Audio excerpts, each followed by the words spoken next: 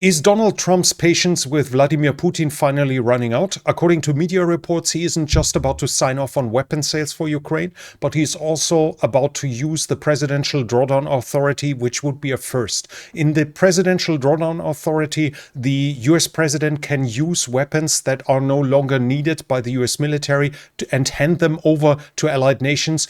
The only payment for that necessary is that they have to pay for the transport. But we'll talk about this as well as about anything else that has happened along the front lines and behind them in this sitrep about the war in Ukraine.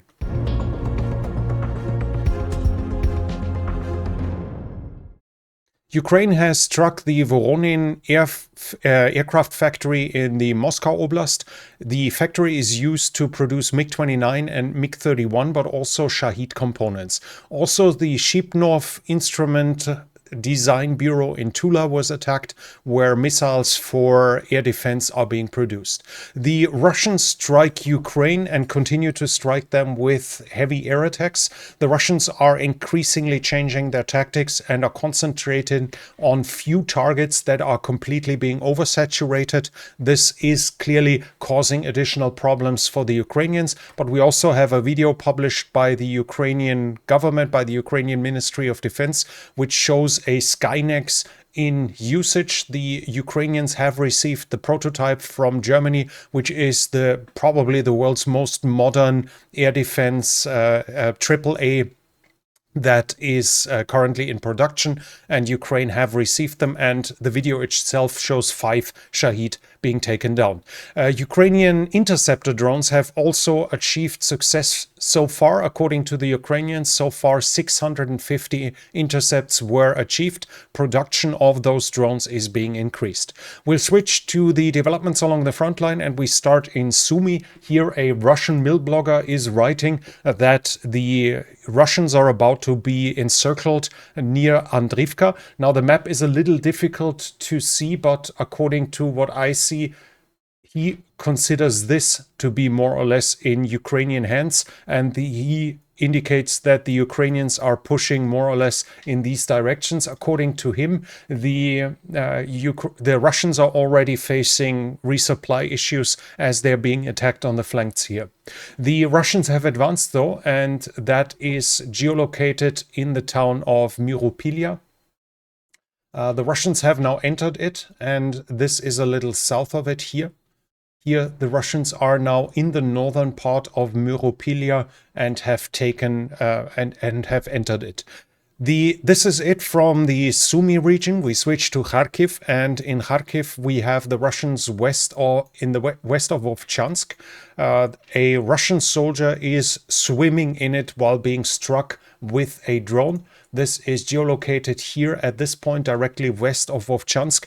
This is not necessarily a change in territory, as this area is considered to be in the gray zone, so a confirmation, but a potential advance that might have happened. Further to the east, the Russians have advanced though from their bridgehead at Milove.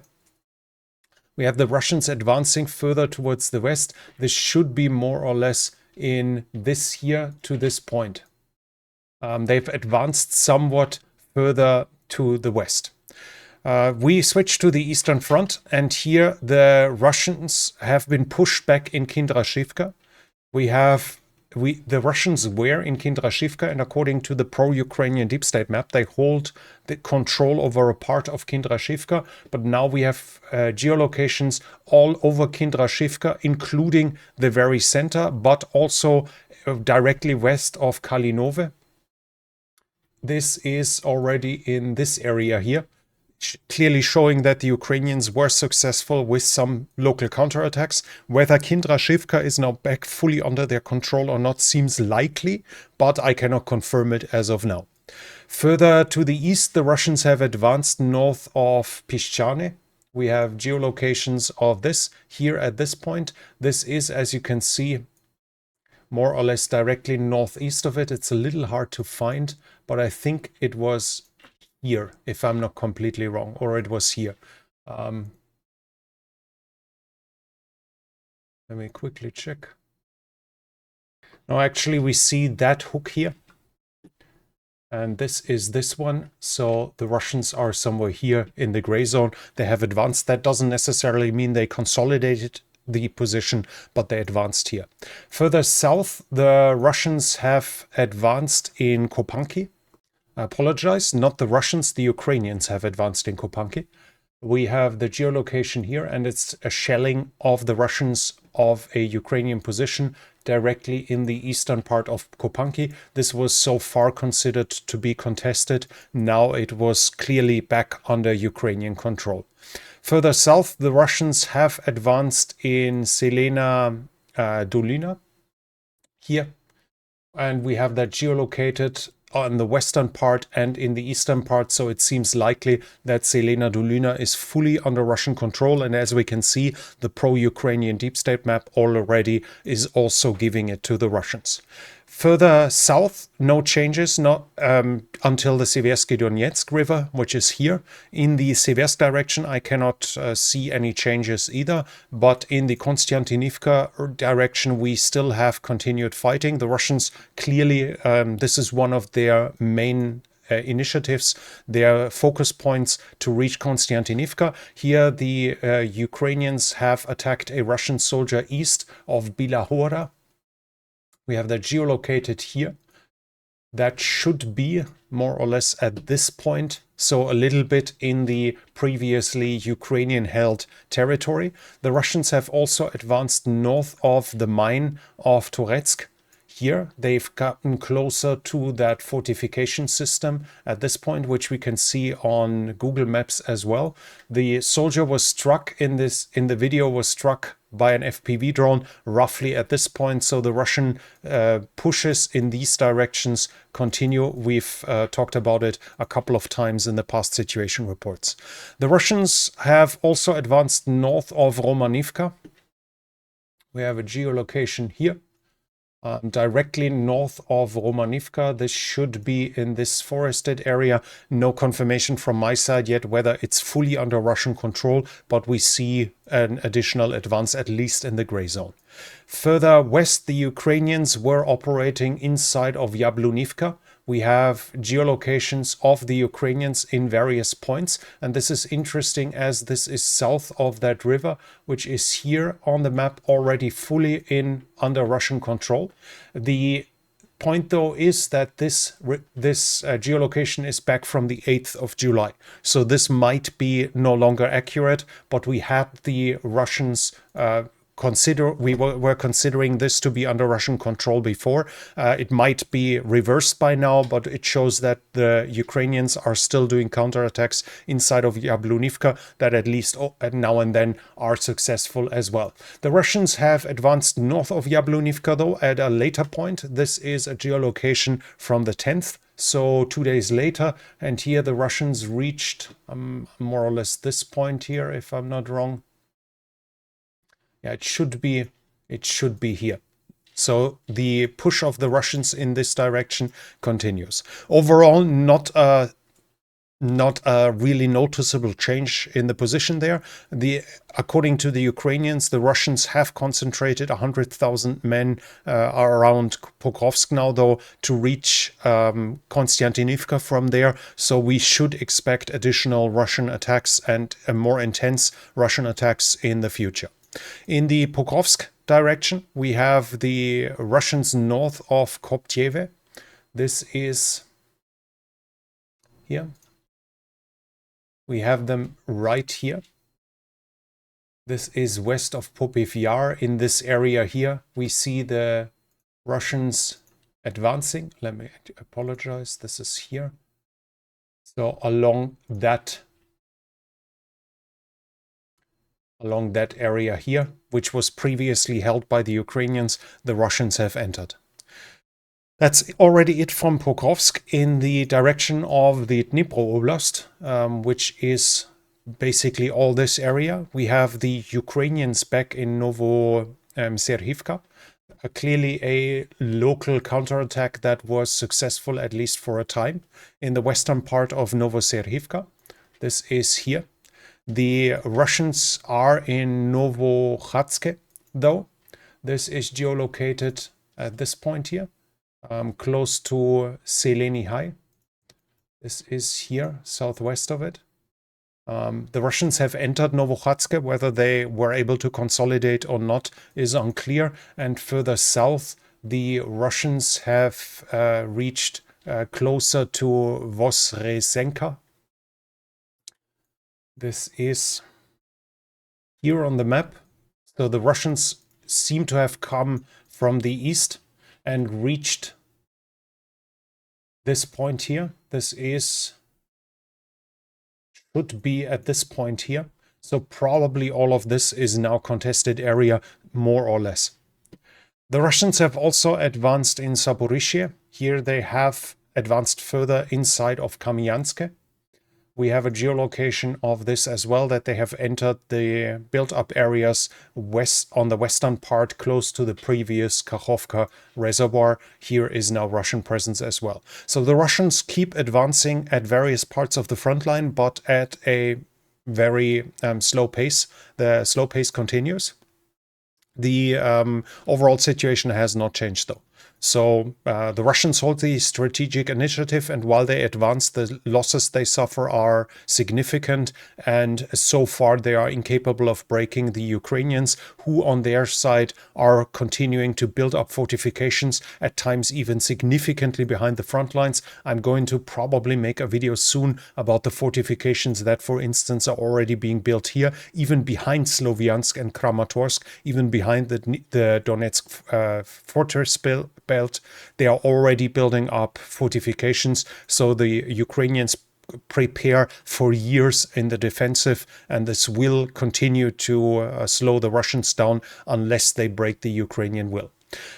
Then the Ukrainian will had a positive experience, though. We have a video showing an Antonov 124, and it was taken over Kiev. And this is interesting, as it was just pulling in its landing gear. So it started in Kiev, an Antonov 124, which is clearly inside the dangerous area. So a plane started from here. Initially, the guesses were, might it have delivered something? So they took the risk. But by now, it seems clear and likely that the plane actually came from the airport of Sviatchino. It was seen, as the war zone has shown here, it was seen at the airport of Sviatchino, where it likely was for maintenance or in the hangar there, and it's built up and was ready to fly, and was likely flown to Leipzig in Germany, where the Antonov airline is stationed during this war now. The interesting here is the airfield that is in the northwest of Kiev and fairly close to Hostomel, which is just a little further to the north here. But this apparently was the origin of the plane, and as we can see, the Russian Channel fighter bomber was not happy about the fact that this plane was not able to be intercepted, but that it was able to fly away. Then we have the American Secretary of State Marco Rubio, and he said that according to the US information, the Russians have suffered 100,000 KIA since the beginning of this year. So not casualties overall, but 100,000 KIA since the beginning of this year. Then we have sabotage. The Ukrainian GRU is saying that they've blown up, damaged a gas pipeline in Langpass. It is used to supply the defense industry in the area, and according to the GUR, the repair will take roughly a month. In troop generation, we have some information from the Russian side. The New York Times is writing here that according to analysts, the number of drones is going to increase, and it seems likely that in the near future the Russians will routinely start attacks with 1,000 drones per volley in autumn. So in a couple of months, new rocket attacks might be in the 4-digit, new missile and drone attacks might be in the 4 digits in just a few months, as the Russians keep building up their drone capabilities. According According to the Ukrainian military intelligence, the North Koreans are providing Russia with 40% of all ammunition that they are using. They're also providing ballistic missiles and artillery systems. North Korea is in return receiving money and technology. The GOR is also saying that the Russians have recruited between July 2024 and April 2025 14,560 out of the prison system. So 14,560 prison recruits were taken in roughly 10 months. And out of those 4,212, at least 4,212 are KIA or WIA. That's over 28%. Russia, according to reports, is giving up its work on the Admiral Kuznetsov. This is Russia's only aircraft carrier, which has a bad reputation, the only aircraft carrier that needed to be accompanied by an ocean-going tug because its engines were so bad, and as you can see, it left a smoke trail that was characteristic for it. It has since I don't know, 16 or 17, it was in dry dock to go maintenance and overhaul, and has suffered trouble after trouble, from the dry dock sinking to a crane falling on top of it. And now the reports is the Russians have given up. With that, the Russians would no longer have an aircraft carrier if they actually decide to start scrapping it. Then we have news from France that France has ordered new Scalp, the cruise missile, and the production is going to resume for the French military after 15 years. Now, this does not mean that it's going to start for Ukraine, but this will obviously allow the French to hand over more of these missiles to Ukraine, as they will themselves be able to refill their own stockpile. And in international support, we have some interesting news. The US have restarted their deliveries. Zelensky confirmed that.